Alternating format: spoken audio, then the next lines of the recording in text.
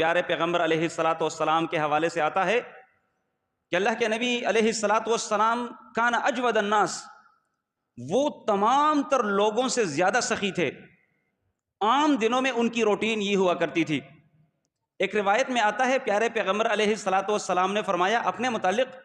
کہ اگر میرے پاس سونے کے ڈھیر ہوں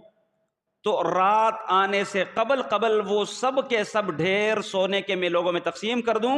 اور شام ہوتے میرے پاس کچھ بھی نہ بچے۔ لیکن جب رمضان آتا تو پھر رمضان کے ساتھ پیارے پیغمبر علیہ الصلاۃ والسلام بھی بدل جایا کرتے تھے۔ قرآن کے ساتھ پہلے بھی ان کا تعلق بڑا گہرا ہوا کرتا تھا، لیکن جب رمضان آتا تو خصوصاً قرآن کے ساتھ ایک تعلق بنتا، اور ایسے ہی صدقات و خیرات کے حوالے سے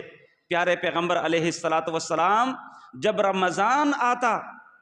تو اللہ کے نبی علیہ الصلاۃ والسلام رمضان میں الریح المرسلہ، وہ ہوا جو انتہائی تند و تیز ہو، انتہائی تیزی کے ساتھ گزر کر جانے والی ہوا،